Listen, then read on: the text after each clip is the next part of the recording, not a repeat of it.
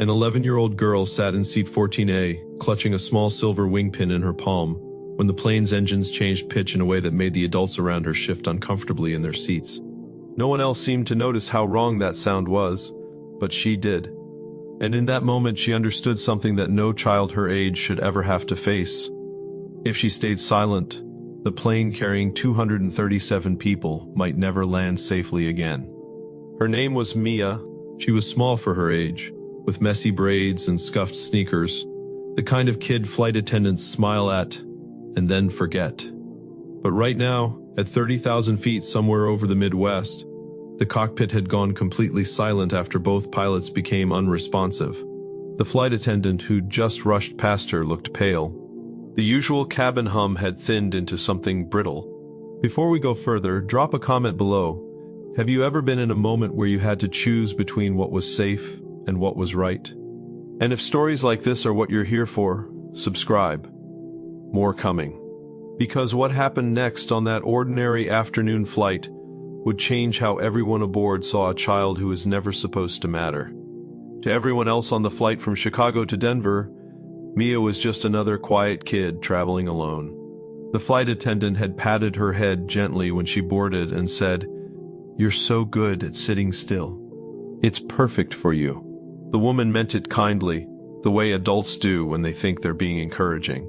What she really meant was, "This is all we expect from you." Mia smiled politely, the same small smile she gave teachers and neighbors back home. In her backpack, she carried a sketchbook filled with drawings of clouds and runways. She spent the first hour of the flight drawing the wing outside her window, shading the metal the way her dad had once shown her, paying attention to how light caught the rivets. No one paid attention. Why would they? She was 11. In a private moment, when the seatbelt sign was off and most passengers had headphones in, Mia pulled out the small silver wing pin her father had given her 2 years earlier. It was slightly worn at the edges from how often she rubbed it.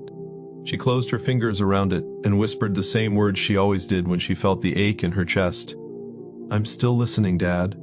She slipped the pin back into her pocket, settled deeper into her seat, and stared out at the endless blue. On the surface, everything looked calm. Underneath, something uneasy stirred, the way it always did when she remembered the empty chair at the dinner table. What no one knew was that Mia carried knowledge most adults would never guess she possessed. She remembered fragments more than lessons. The smell of old leather seats in her father's small Cessna. The way his hands moved over the yoke, calm even when the wind fought them. The quiet evenings in their garage where he'd set up the flight simulator he'd bought secondhand. "Most people think flying is about being brave," he'd say while the screen glowed blue. "It's really about paying attention when your body wants to panic." There were training scenes burned into her memory. One summer evening, rain tapping on the garage roof, her dad letting her take the controls in the simulator while thunder rolled outside.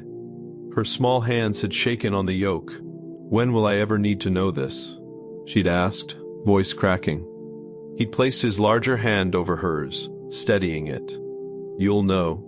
And when you do, everything changes." Another memory, him teaching her radio procedures, making her repeat the words until they felt natural. The prophetic line he'd said more than once, "If everything goes quiet up there, you don't wait for permission to do what's right. You take the seat."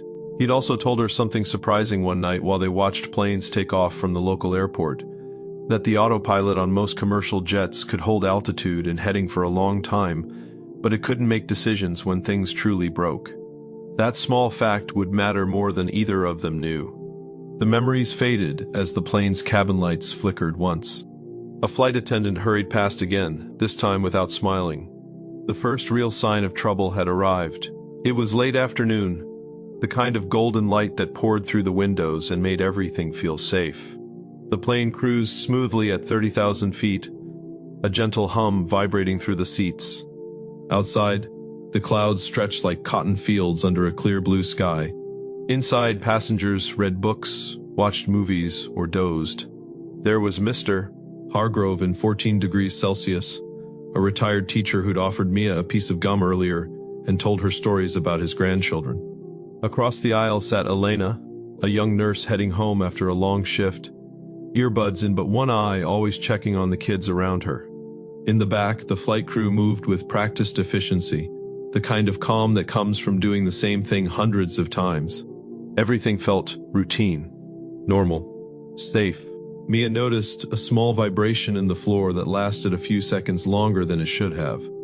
She dismissed it. Planes do strange things sometimes. Then she saw one of the flight attendants pause near the cockpit door, her expression tightening for just a moment before smoothing out again. Something small but significant. Everything normal. Everything about to break. Nothing that looks fine is always fine. The captain's voice, usually warm and reassuring, crackled over the speakers with an odd pause before saying they were experiencing a minor technical issue and would be descending slightly.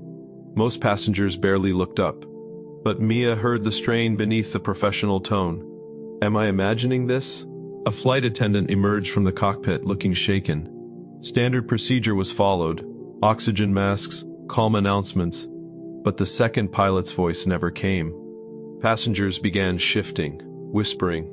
Mia watched, knowing more than she showed. Her heart hammered against her ribs. Both pilots were unresponsive. The senior flight attendant's voice cracked over the intercom, asking if there was a pilot on board. No one answered.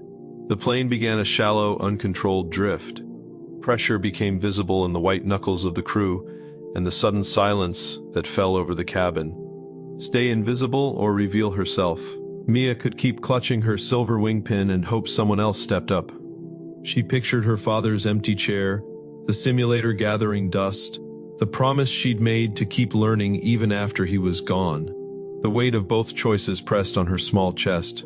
Stay with me here, because what happens in the next few minutes is the part nobody talks about. And once you hear it, you won't forget it.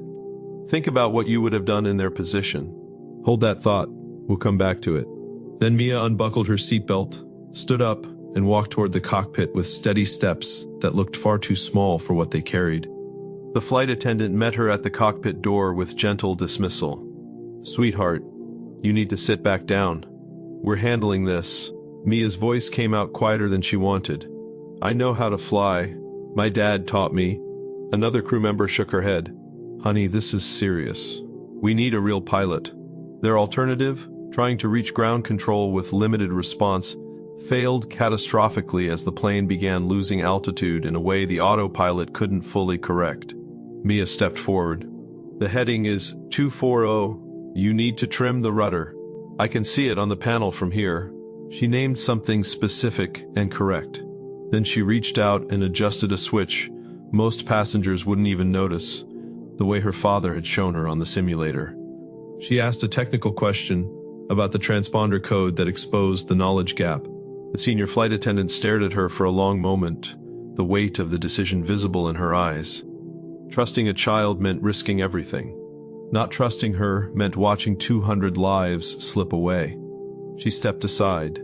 The silver wing pin in Mia's pocket suddenly felt heavier, no longer just a memory but a responsibility. Elena, the nurse from across the aisle, had followed and now stood behind her. Her face, scared but determined, reminded Mia what was truly at stake. Real people. Real lives. Mia climbed into the captain's seat. Her hands shook as she gripped the yoke, but she forced her breathing to slow the way her dad had taught her. The instruments showed altitude dropping. Her body felt every vibration, every tiny shift in the air. She heard her father's voice in her memory, clear as the day he'd said it. If everything goes quiet up there, you don't wait for permission to do what's right. You take the seat. Assessment came fast. Autopilot partially engaged, but failing. Time, maybe 12 minutes before they dropped too low. Resources, her memory, the crew's hands, and ground control now responding on the radio. The plan is simple, she said, voice steadier than her hands. We level off, contact Denver approach, and I'll fly us in. You help me read the checklists. Execution began step by step. She adjusted the trim, explaining each action. This stops the drift. The plane responded. The flight attendant's voice changed from fear to growing confidence as she read back numbers. The skeptic in the jump seat stayed silent at first, then began feeding her information without being asked. Turbulence hit unexpectedly, a pocket of rough air that wasn't in any training scenario. The yoke jerked hard. For a second, Mia froze. Then she remembered her dad letting her fight through a simulated storm, saying it wasn't about strength but about staying connected to the plane. She eased the controls with small human movements, not technical perfection, and the aircraft settled. In the middle of it all came unexpected tenderness. Elena reached from behind the seat and gently brushed a braid out of Mia's eyes. "You're doing this for all of us," she whispered. Two afraid people sharing one calm second that had no business existing at 30,000 feet, which was exactly why it belonged there. Final approach stretched every second. The runway lights appeared in the distance. Mia's throat went dry. Maximum doubt flooded in. Her small body against a massive machine, the lives depending on her. Then the prophetic line returned in her mind, "You'll know. And when you do, everything changes." She lined up. The landing gear came down with a solid thunk. The plane touched down imperfectly, one wheel hitting a heartbeat before the other. But it touched down. They rolled out safely, engines spooling down. Silence filled the cockpit. Just the sound of breathing and the distant sirens approaching on the tarmac. Mia's hands wouldn't stop shaking. Her legs felt like they might give out as she climbed down from the seat. An unexpected urge to both laugh and cry hit her at once. The tension she'd held for what felt like hours poured out in quiet tears she tried to hide. The senior flight attendant spoke first, voice thick. "You saved us, kid." The skeptic, the one who had doubted her, met her eyes and gave a small wordless nod, the kind that carried more weight than any apology. Passengers later described the moment they realized what had happened. One mother hugged her daughter tighter. Mr. Hargrove wiped his eyes openly. Official response came quickly, professional voices on the radio, paramedics for the pilots, ground crew moving with purpose. But underneath it all was raw gratitude that showed in every handshake and every quiet thank you. Later that evening, in a quiet corner of the airport, Mia was reunited with her mother who had rushed to Denver. But the real reunion happened in her mind with her father. She pulled out the silver wing pin. No big words passed between the memory of him and the girl who had just done the impossible. Just a moment of mutual recognition. He had prepared her, and she had carried it forward. The anchoring object, once a simple keepsake of love, now meant something completely different. Proof that the lessons outlived the teacher. For one moment, before the world fully arrived with cameras and questions, Mia stood alone by a window, looking out at the plane that had carried her father's voice all the way home. Weeks later, life looked ordinary again. Mia went back to school. Kids whispered about her in the hallways. Teachers treated her differently, like she was suddenly made of glass. The recognition didn't quite fit the girl who still liked drawing clouds and wearing scuffed sneakers. One quiet Saturday, she visited the small airfield where her father used to fly. The same garage, the same simulator, now covered in a light layer of dust. Her mother waited outside while Mia sat in the old seat. In her memory, her father appeared beside her the way he always did in that place. He didn't give easy answers. Instead, he said, "Some people spend their whole lives waiting to be ready. Others get called before they're ready, and they answer anyway." The question that remains, was Mia ready for that moment at 30,000 feet, or did the moment make her ready? Leave your answer below. I genuinely read every comment. His words didn't fully answer it. They offered a new way of seeing that courage isn't something you store up until it's perfect. It's something you reach for when the sky goes quiet. If this story moved you, I have more where this came from. Subscribe so you don't miss the next one.